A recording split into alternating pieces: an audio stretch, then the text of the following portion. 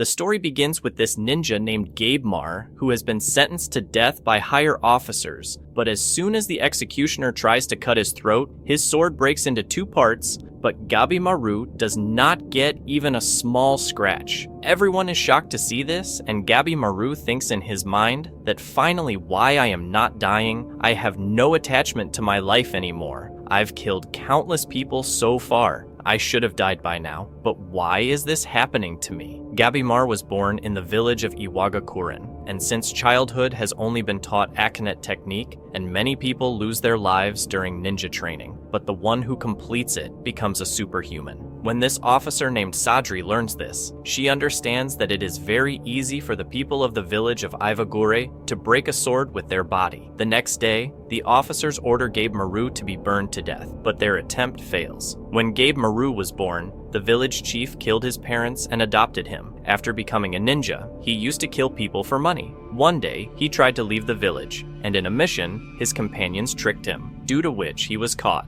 He believes that it was all the village chief's plan because no one was allowed to leave the village. The next day, the officers try to kill the villagers using buffaloes. With this method, a man is torn into two parts, but when the buffaloes are run over, Gabe Maru pulls the rope to his side so that this method also fails. Seeing all this, Sadri asks him, if you do not want to live, then why are you stopping yourself from dying? Why did you want to leave your village after all? In response, Gabe Maru says I was the best in my village. The chief liked me so much that he got his daughter married to me, but I do not like his daughter at all. He has turned my life upside down. She explains things to me in conversations such as pray once a day, thank God before eating, etc. I was fed up with her and wanted to leave the village, and before leaving, the chief asked me to do one last thing. But this was a trick of theirs. At night, an officer warned Sadri to listen to me and stay away from the man, you know. What do people call him? Kill the villages? Hello, inside that ninja killed 20 of our people. I have also heard the rumor that he has drunk the elixir of Shinshan Kyo to be immortal. Whatever it is, listen to me and stay away from him. But Sadri does not understand why a man will kill 20 people if he is finally caught. On the other hand, Gabe Moreau thinks in his mind that the officer told the truth. Why I am trying to live, I have nothing to do with life. It's too late tomorrow, I will die for sure. But Gabe Maru survives even after boiling in hot oil the next day. Seeing all this, Sadri decides that now she will kill Gabe Mar with her own hands, because Sadri is not the officer as well as the executor of the female clan, or the members of the female clan are the best swordsmen in the world who can eliminate any criminal in one go. Seeing the sword in Sadri's hand, Gabe Mar sees her head cut off. That is, this girl is very dangerous. Gabe Mar breaks his chains out of fear, but in the blink of an eye, Sadri's sword is at his throat. Gabe Maru immediately escapes his attack, but still gets a small cut on his throat. Sagari has so much experience in swordsmanship that she can identify who wants to die and who is passionate about living. And according to her, Gabe Maru wanted to live in any situation because the truth was that he loves his wife very much and wants to return to her. But Gabe Maru refuses to accept all this. According to him, he is still Gabe Maru the Hollow, only then we are shown a flashback, where Gabe Maru's wife hugs him and says, "You are a very good and pure person. You made an ugly girl like me. I wanted to live a peaceful life, but after listening to me, Papa burnt my face from the hot road. But I will not give up because you are with me." But Gabe Mar wants to forget all this because he knows that no matter how much he tries, he cannot become a good person. But when he told this to the village chief, they handed Gabe Mar to the officers and imprisoned his wife so that their dream would never come true. And then Sadri Gabi gives Maru a chance to escape execution. But for this, he will have to do a government job. If Gabmar completes this, his sentence will be remitted, and at the same time, he will be given protection so that no one can disturb him or his wife. And his mission is to go to Xinxing and bring the Ledger of Life to a place that people call paradise. Many people were sent there before, but no one came back alive. Gabe Mar's wife is waiting for him to return. If Gabe Mar wants to fulfill his dream, he has to complete this mission, but he wants to kill Rhino officer Gabe Maru and refuses to leave him. Gabe Mar accepts the government's mission and uses a ninja technique called the A-Sight Blaze to get rid of these specimens. After this, we are shown the backstory of Dadra. One day, Sadri's father, who is an executive, is ordered to kill a storyteller while telling a story. Sadri's father cuts the man's throat so easily that the storyteller does not even know that his throat has been cut, and he dies after listening to his story. Sadri is also seeing all these things, and she thinks that she will also become a skilled executive like her father. A few years later, when Sagari grows up to become an executioner, he is ordered to kill the criminal, but after cutting his throat, Sadri's nervousness was clearly visible on his face, and only then he saw the criminal's corpse wrapped around his body. The officer sitting next to the officer likes Sadri's work very much, but the executioner named Aizen tells him that the fear and message was clearly visible in your sword fighting. If you continue to do so, you will give them a painful death. But Sadri gets nervous every time before cutting her throat, after which Aizen asks her to see her sword. Sadri sees the soul of the criminal in his sword,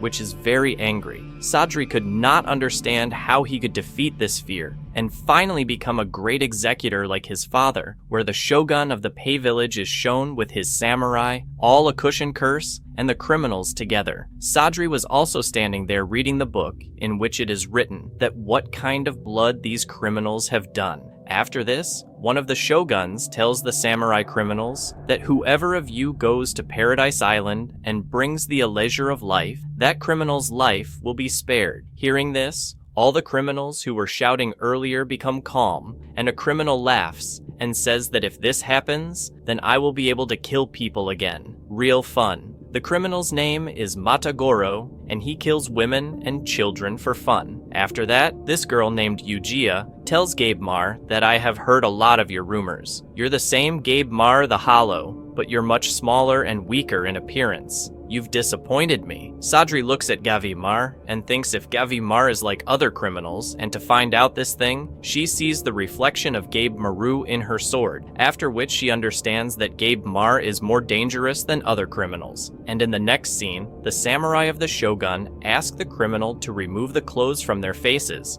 after which they show them a living corpse from whose body the flowers are coming out. The samurai says that this man was the only one in the group of 50 people who was able to return from Paradise Island. But the next day, a lot of plants began to grow from his body. We have no idea what finally happened on that island, but we know that there is nectar there, so all the criminals are afraid and refuse to go to the island. In response, the samurai says, "Be quiet, sinners. You have all been sentenced to death, but despite this, our shoguns are sending you all to paradise. You should thank them." In response, a small child says that you yourself do not know anything about that place. If we do not find that elixir on that island, are we allowed to return empty-handed? The samurai says it is your choice. If you want to participate, do not take it. And at the same time, a criminal stands up and says, I do not want to go to that island. It is better than such a painful death that I spend time with my friends and die, saying that the criminal is about to leave there. But an executioner takes out his sword and cuts the throat of this criminal. Then the samurai tells the criminal that after reaching the island, there will be an executioner with every criminal. If you people try to escape or try to be smart, then you will be killed on the spot. Without your executioner, you cannot return. And yes, one last thing. There is no room for so many people in the boat going to Paradise Island, so you have to reduce your number. Hearing this, the yellow-haired criminal strangles the other criminal to death and says that they want us to kill each other. And with this, the terrible game of death starts there, and all the criminals start kicking each other. They start breaking the head from the stone and then start breaking the eyes of the person in front. Seeing all this, Shogun says, I always wanted to enjoy such a fight, so tell me who is the most dangerous criminal of all. In response, the samurai brings out his book and says that all the criminals who have been named Red Seal have superhuman strength. First of all, Aja Chobi became the leader of a ruthless robber at a young age. Kamiya is a legendary swordsman who is also called the Blade of the Dragon. Its next, Yuzuriana, was a ninja who single-handedly put all the soldiers in the fortress. Roku Rota is a wrestler who can neither shoot a sword nor any fruit, and comes in the end the most ruthless Asas, Gabimar, the hello, but we see that Gabimar is not even moving from his place. Aizen, on the other hand, tells Sadri that Paradise Island is even more dangerous. Believe me and go back home. You don't deserve to be a cushion, after all. You are a woman. Your job is to take care of the house, not to fight. After that, we are shown the backstory of Sadri, cutting the throats of criminals, making medicines with the help of corpses, or practicing sword fighting. Every human being born in the female clans faces a dead corpse, whether you are a man or a woman. But the children of the neighbors throw stones at Sadri and call her the daughter of Bloody Simon. Despite all this, she wanted to be a great executor like her father. Angered by this, the samurai tells the other criminal that whoever kills Gabimaru, he will get a chance to go to Paradise Island. Hearing this, a criminal picks up a stone and tells Gabimaru that if you do not fight, then quietly die for us. And by saying this, he tries to stone him. Gabimaru says in reply, I do not like the bloodshed of Faltu, but if I have to kill you to save myself, I will not refrain from doing so. Saying this, Gabimaru cuts the throat of the criminal with his own hands. Gabimaru was inflicting such a painful death on all of them that even the Amada clan's executioner samurai and even the shogun were reduced to tears. Seeing Gabe's ruthless ways, Sadri realized that he did not need the strength to kill people, but the strength to endure the guilt he felt by killing them. After the death orgy, only 10 people survive, which would be Yadamari Kamiya, Nurugai, Rubo, Gabimar,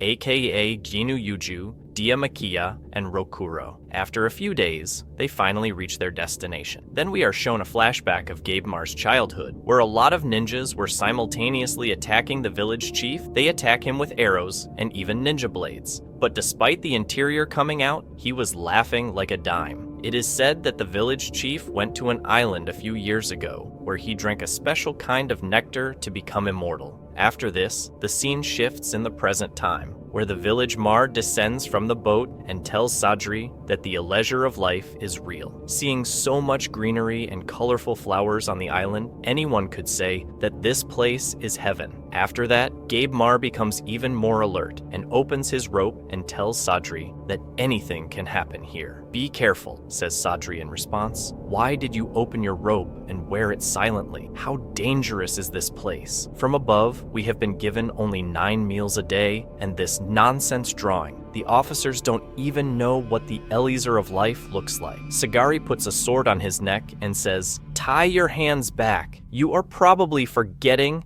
that I am an executor, not your friend. If you cannot find the elixir, it is not my fault. Tie your hands in silence, or your head will be cut off from you. Gabe Maru agrees to listen to him, because he has to return to his wife, but then we see that a criminal named Quested Kian attacks Gabe Maru, but Gabe Maru does not even have a small scratch, and he points a finger at the criminal and says that it is cheating. Tusted Kian, on the other hand, tells Gabe Mar, I'm watching. You've been bugging me for a long time. It's too late. Now you can taste my weapons. By bathing in your blood, the shine of these weapons will increase even more. Gabe Mar says in response, are you a little cynical? If we waste time fighting, the rest of the people will overtake us. Kian says, that's why I want to fight you. By killing all of you, I will find that elixir comfortably. What you two have to do, hurry up. I have to go home and drink tea. On the other hand, as Gabe Maru gets ready to fight him, Sadri asks him to tie his hands. In the meantime, Kian showers him with weapons. It seemed that Gabe Maru would have suffered a lot of injuries, but he took his time to tie the rope comfortably. Seeing this, Kian begins to feel his humiliation, after which he attacks him with a spear. But now the playing time was over, after which Gabe Mar puts him in a very bad condition, which is not even worth showing on the screen. After the defeat of Twisted Kian, the executioner begins to cut his throat and go back home.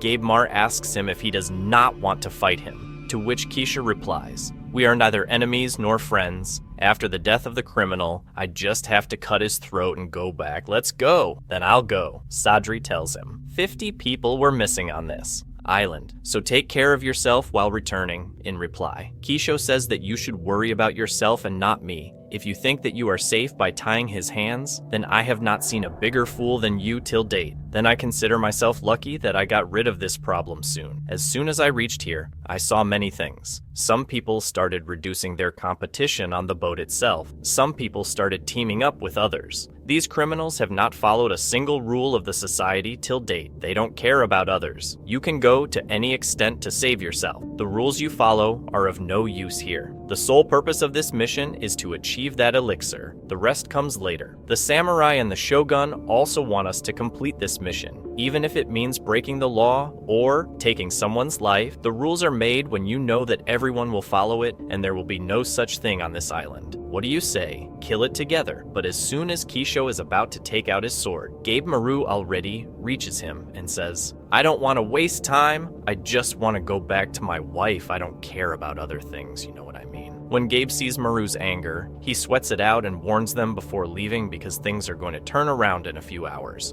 On the other hand, on the beach, Roku Roda attacks the event, killing it, and then begins to eat its meat. The white-haired executive also cuts the girl's throat and starts to leave Boat Piaggia. Chobi rips off the old man's hand and makes a kachumber of his head. On the other hand, Yujiya also kills her partner by cheating on him. Kisho says that after all the criminals are dead, the shogun will send the ninja of Iwagakure village to complete the mission. As soon as the executor leaves, Sadri says in her mind that if Son said the right thing, then I have been walking with Gabe Mar for a long time, but I have not yet found out the truth of it. And then we see that Gabe Mar suddenly attacks Sadri, after which we are shown a flashback of Gabe Mar's childhood, where the village chief killed his mother and father because they both wanted to leave the village with Gabe Mar and live in peace. The chief says that, look, Gabimaru, it is called being weak. You have to erase all your emotions. Otherwise, you will never be able to save your close ones. You have to become the most powerful ninja of this village. After this, we come back to the present timeline, where these two are fighting with each other. Sadri tells her that hurting me is against the rules. In response, Gabe Mar says that you probably did not listen to your partner. The real purpose of this mission is getting the nectar. If the ninjas of my village come here, everyone's ears will ring. I will have to find the nectar in any case before they come. I don't have any personal enmity with you, but you are a thorn in my path at the moment, so I will have to kill you. Sadri understood that Gabe Mar was a very dangerous man. It is necessary to take her life to save yourself, but do not know why Sadri did not want to kill her. On the other hand, Gabe Mar was also thinking in his mind that what is finally happening with me? Why am I so much hesitant to kill it? And that's when we are shown another flashback, where Gabe Maru's wife tells him that it is perfectly normal to want to kill another. In response, Gabe Mar tells him, it's all bullshit. I'm a ruthless ninja. There's nothing called emotion inside of me. His wife says, if this is the case, why were you so shy when I kissed you? Listen, you must always listen to your heart. Now you are not going to kill the earlier villages. You are going to support the truth, so I will always be with you, even if we have to leave this village and live alone. After meeting his wife, Gabe Maru also begins to have emotions. But this is what made Gabe Mar weak. During the mission, a man threatened him that I will kill your wife and children, after which Gabe Mar killed him. In the second mission,